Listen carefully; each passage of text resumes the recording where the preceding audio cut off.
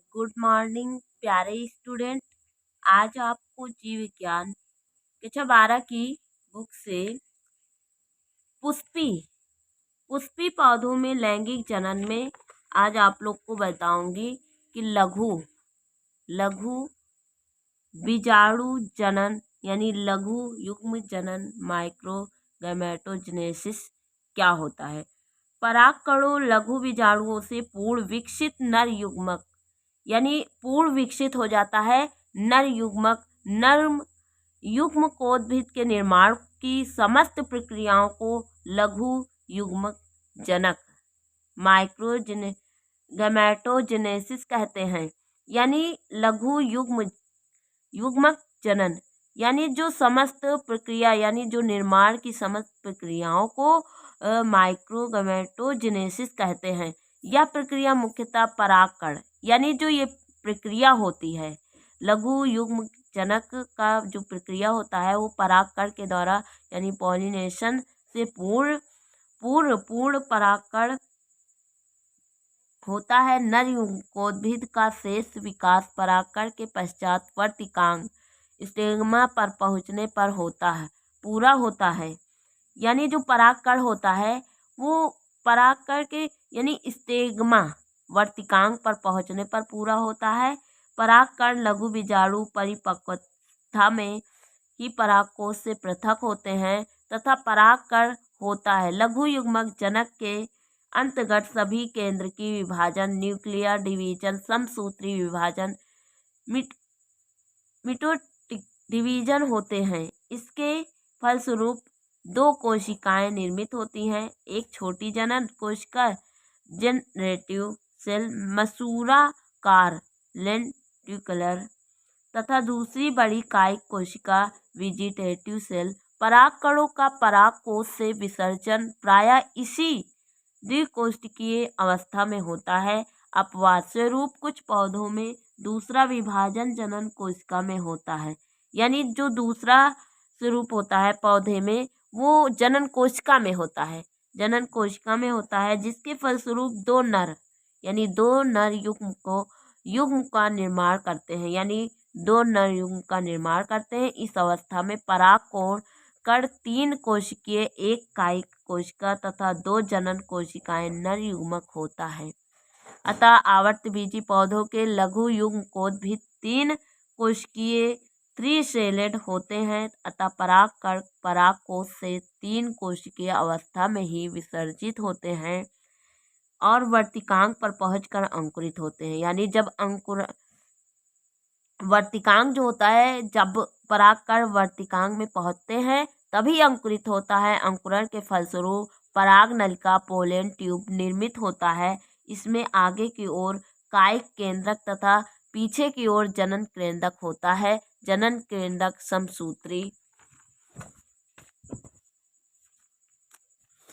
समसूत्री विभाजन द्वारा 2 नर युग्मकों में विभाजित हो जाता है। पराग नली वर्तिका नली में वृद्धि करती है। ये जो पराग नली है ये वर्तिका नली में वृद्धि करती है हुई अंड की ओर अग्रसर यानी अंडे की ओर आगे बढ़ती हुई होकर नर युग्मक निषेचन यानी मेल गैमेटो फर्टिलाइजेशन की प्रक्रिया करता है। यानी नर युग्म निषेचन यानी जो होता है परागकण वो अंड की तरफ निषेचन करता है।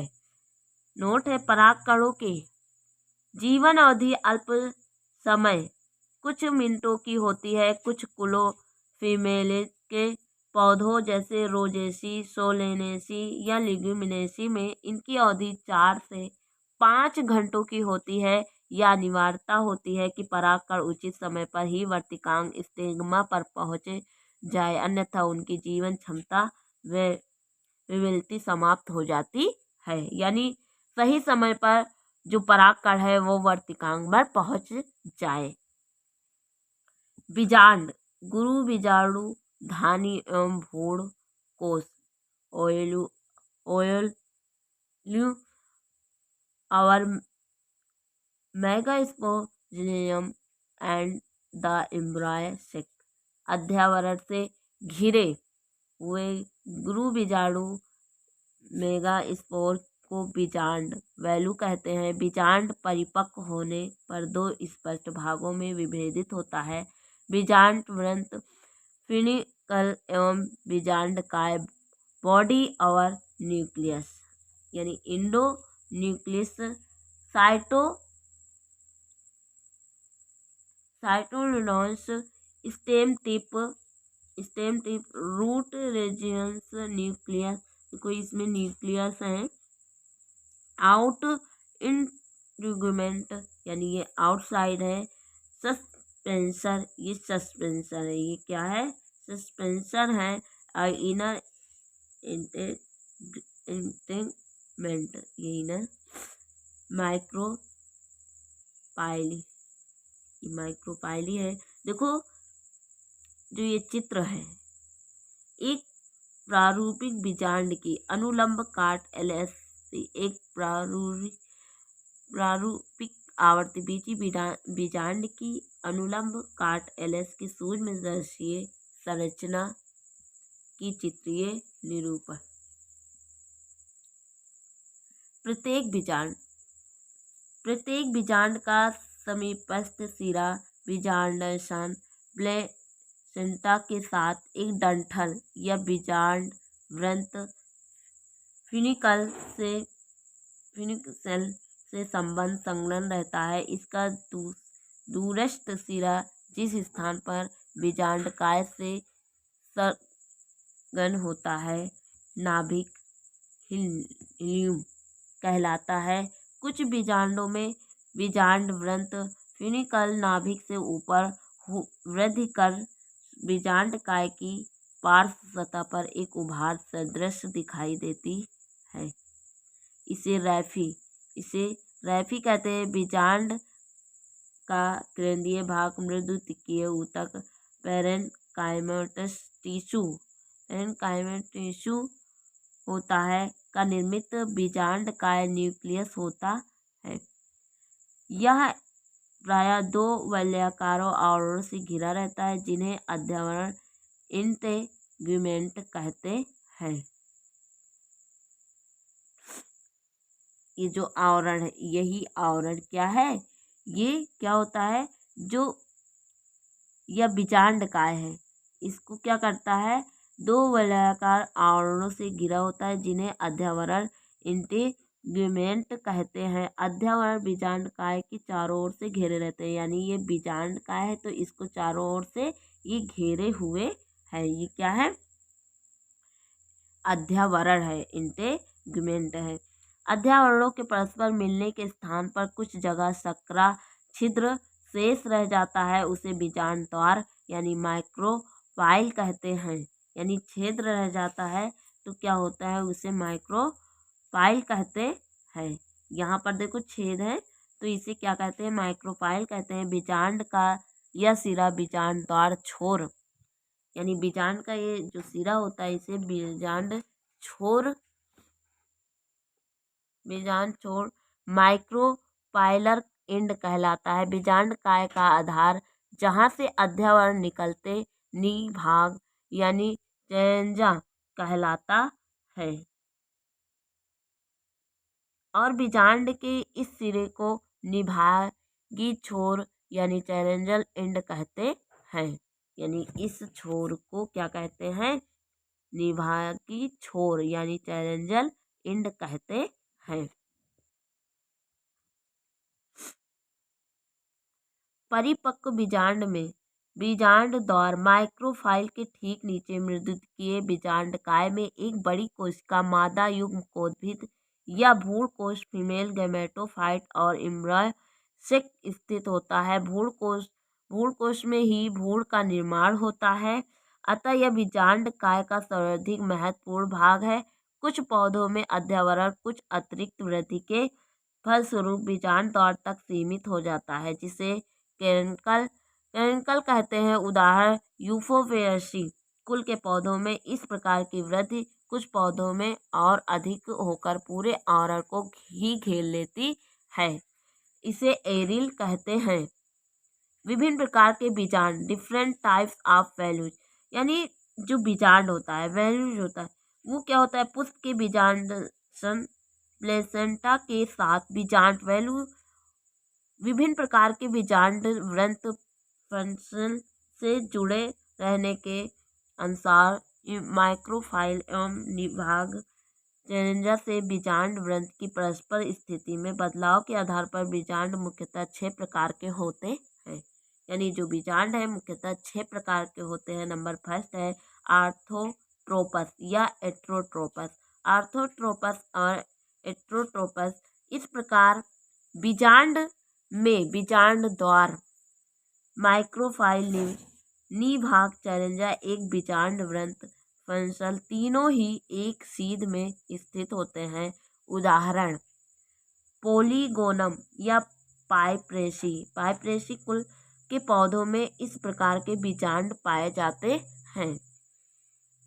तो इस प्रकार ये अलग अलग प्रकार के बीजांड हैं जो सबके आकार अलग अलग होते हैं। देखो विभिन्न प्रकार के बीजांडों आर्थोट्रोपस एनाट्रोपस, यानी आर्थोट्रोपस का बीजांड है एनाट्रोपस, हेमिनोट्रोपस और कैम्पाइलोट्रोपस, एम्फिट्रोपस, सिर्सिनोट्रोपस का चित्रीय निरूपण है। देखो सेकंड क्या है एनाट्रोपस। ये एनाट्रोपस है, ये वाला एनाट्रोपस है। यानी ऐसे बीजांड इस प्रकार उल्टे होते हैं कि बीजांड द्वार व बीजाणु व्रंत समांतर स्थित होते हैं और बीजांड द्वार व निभाग एक सीध में होते हैं। यानी इस क्या एक सीध में होते स्थित होते हैं। उदाहरण अधिकांश एक बीजपत्रीय या गेमोपेटेली कुल के पौधे में होता है। यानी जो एनाट्रोपस है यानी एक बीजांड होते हैं और उल्टे होते हैं तो वो एक बीजपत्री पत्री गेमोपेटेली कुल के पौधों में होते हैं।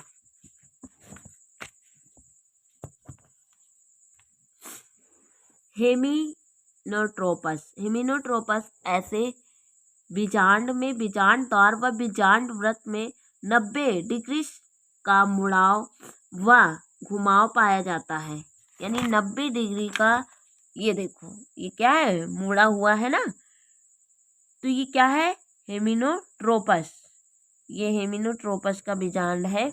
तो ये क्या होता है 90 डिग्री तक मुड़ा होता है और बीजांड द्वार व निभाग एक ही सीध में स्थित होते हैं। उदाहरण रेनकुलेसी कुल के पौधों में। नंबर 4 है कैम्पाइलोट्रोपस। कैम्पाइलोट्रोपस एक बीजांड का प्रमुख भाग इस प्रकार से मुड़ा होता है कि बीजांड व निभाग एक सीध में स्थित नहीं होते हैं, परंतु भ्रूण कोश एम्ब्राय से सीधा होता है। उदाहरण लेग्यूमिनेसी कुल के पौधे में। यानी ये क्या होता है सीधा होता है हेमिनोट्रोपस कैम्पाइलोट्रोपस। एम्फिट्रोपस। एम्फिट्रोपस इस प्रकार के बीजांड ऐसे मुड़े होते हैं कि इसका भ्रूण कोश भी मुड़ जाता है तथा इसकी संरचना घोड़े के नाल सदृश हॉर्स शू सेपेड हो जाती है। उदाहरण एलिसनेसी कुल के पौधों में।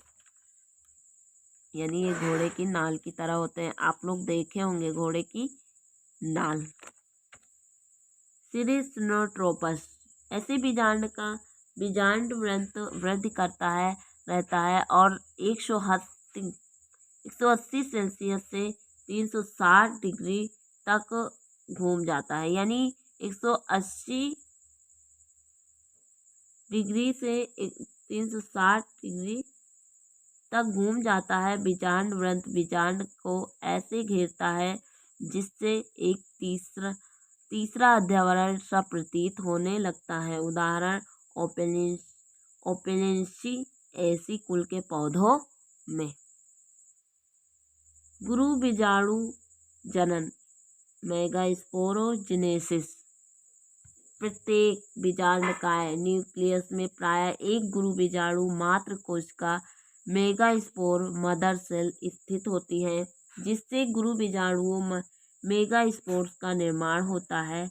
यह प्रक्रिया गुरु बीजाणु जनन मेगास्पोरोजेनेसिस कहलाती है। गुरु बीजाणु मात्र कोशिका द्विगुणित डिप्लॉयड इक्वल टू 2n होती है। इस कोशिका के अर्धसूत्री विभाजन के फलस्वरूप 4 अगुणित हैप्लॉयड इक्वल टू n गुरु बीजाणु निर्मित होते हैं। इस प्रकार निर्मित चारों गुरु बीजाणु एक रैखिक चतुष्क में व्यवस्थित रहते हैं। कभी कभी गुरु बीजाणु अन्य तरीकों से जैसे टी आकार, टी सेपेट या उल्टे टी आकार में भी व्यवस्थित हो सकते हैं। रैखिक चतुष्क रूप से व्यवस्थित गुरु बीजाणुओं में से सबसे नीचे स्थित गुरु बीजाणु या निभागी गुरु बीजाणु सक्रिय प्रकायक फंक्शनल होता है। शेष तीनों गुरु बीजाणु जो बीजांड द्वार की ओर स्थित होते हैं नष्ट हो जाते हैं। सक्रिय प्रकायक गुरु बीजाणु फंक्शनल मेगास्पोर से भ्रूण कोश एम्ब्रॉय सेक का निर्माण होता है।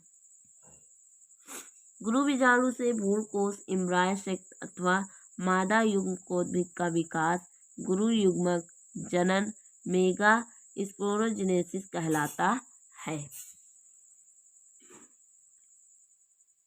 गुरु युग्मक जनन एवं भ्रूण कोश या मादा युग्मकोद्भिद का विकास megasporogenesis and development of embryo sac और फीमेल गैमेटोफाइट।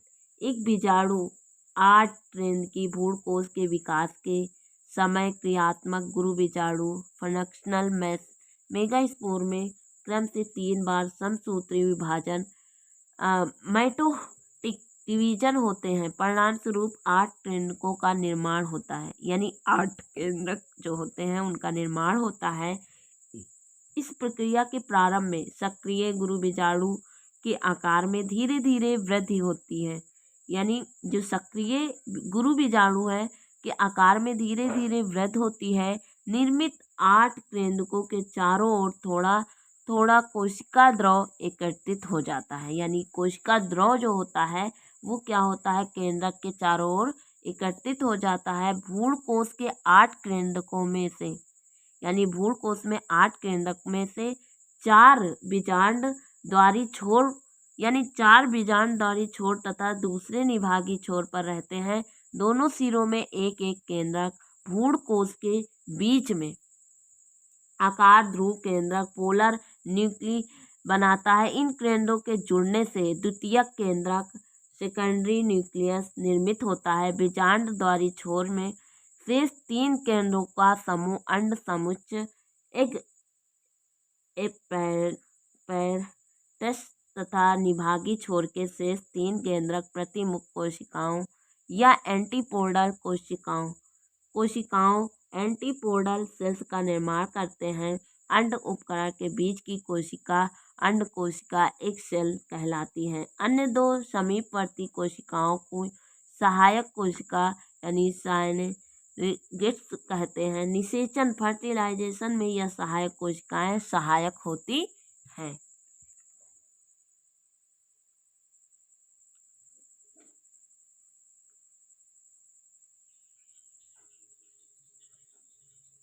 देखो मादा युग्मकोद्भिद के विकास का चित्रीय निरूपण। कोशिका एवं गुरु बीजाणु मात्र कोशिका का निर्माण, कोशिका से रैखिक चतुष्क गुरु बीजाणु का निर्माण, यानी ये क्या है मादा युग्म यानी मादा कोशिका है। एक बीजाणु द्विबीजाणु प्राथमिक वित्तीय कोशिका का निर्माण EF गुरु बीजाणु मात्र, ये मादा कोशिकाएं हैं। इस प्रकार विकसित भ्रूण कोश को पोलीगोनम टाइप का भ्रूण कोश एम्ब्रॉय सेक कहते हैं। भ्रूण कोश को ही मादा युग्मकोद्भिद फीमेल गैमेटोफाइट कहते हैं। सक्रिय गुरु बीजाणु का केंद्रक पहले समसूत्री विभाजन मिटोटिक डिवीजन द्वारा 2 केंद्रक बनाता है, यानी जो गुरु बीजाणु होता है केंद्रक होता है वो समसूत्री विभाजन में पहले 2 केंद्रक बनाता है। ये दोनों केंद्रक एक बड़ी रिक्तिका वैक्यूल द्वारा परस्पर पृथक होकर विपरीत ध्रुवों पर पहुंच जाते हैं। इन ध्रुवीय केंद्रकों में 2 बार समसूत्री विभाजन के फलस्वरूप दोनों छोरों विजांड द्वारीय छोर एवं निभागी छोर पर 4-4 केंद्रक बन जाते हैं। भ्रूणकोश मादा युग्मकोद्भिद की संरचना, यानी ये मादा युग्मकोद्भिद की संरचना होती है।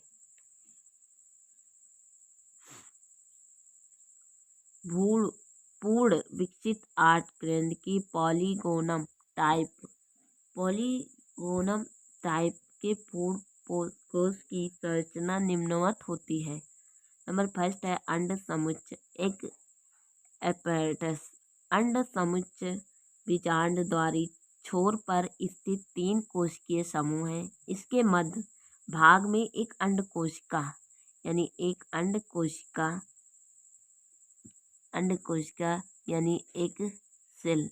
एक एग सेल दोनों और एक सहायक कोशिका साइनर्जेट सेल, यानी दोनों ओर क्या होती हैं, एक सहायक कोशिका यानी साइनर्जेट सेल स्थित होती हैं। यानी ये कहाँ पर है, साइनर्जेट स्थित होती विजांड द्वार की ओर रिक्तिका वैक्यूल व नीचे की ओर केंद्रक अंड कोशिका में स्थित होता है। यानी क्या होता है, केंद्रक होता है और वैक्यूल होता है। तंतुमय समुच्चय फिलीफॉर्म एपैरेटस सहायक कोशिकाओं के ऊपरी छोर पर पाया जाता है। यह इन कोशिकाओं का लाक्षणिक गुण यानी कैरेक्टरिस्टिक फीचर है। पराग नलिका को भ्रूणकोश की ओर आकर्षित करने तथा भ्रूणकोश में भोज्य पदार्थों के वितरण में सहयोग करने का दायित्व एवं समुच्चय एपैरेटस का होता है। केंद्रक ऊपर की ओर तथा रिक्तिका नीचे की ओर सहायक कोशिकाओं में स्थित होते हैं। ध्रुवीय, नंबर 2 है ध्रुवीय केंद्रक पोलर न्यूक्लियस। 2 ध्रुवीय केंद्रक भ्रूणकोश के मध्य भाग में स्थित होते हैं। यानी जो भ्रूणकोश होता है उसमें क्या होते हैं, मध्य भाग में स्थित होते हैं। निषेचन फर्टिलाइजेशन से पूर्व दोनों केंद्रक परस्पर संलयित होकर एक द्विगुणित द्वितीयक केंद्रक सेकेंडरी न्यूक्लियस का निर्माण करते हैं। नंबर 3 है प्रतिमुख कोशिकाएं एंटीपोडल सेल्स। भ्रूणकोश के निभागी छोर चैलेंजल एंड पर स्थित 3 कोशिकाएं हैं जो निषेचन से पहले या निषेचन के तुरंत बाद में विघटित हो जाती हैं। निषेचन के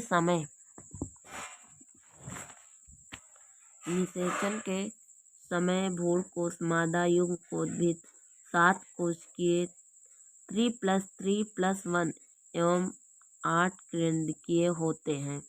अतः एक पूर्ण विकसित पारूपी आवर्त बीजी भ्रूणकोश में 7 कोशिकाएं होती हैं। आज के लिए इतना पढ़ाकर मैं दूसरे दिन पढ़ाऊंगी और आप लोग अच्छे से पढ़ें। थोड़ा थोड़ा ही ज्ञान बहुत ज्ञान होता है और मेरे प्यारे स्टूडेंट आप लोग पढ़ लिख कर एक अच्छा इंसान बने। कभी भी हर इंसान का दिल बहुत कोमल होता है। कभी भी किसी से बात करें बहुत प्रेम से बात करें, कभी लड़ाई झगड़ा किसी से न करें। बस यही आप लोग से विनती है कि कभी किसी को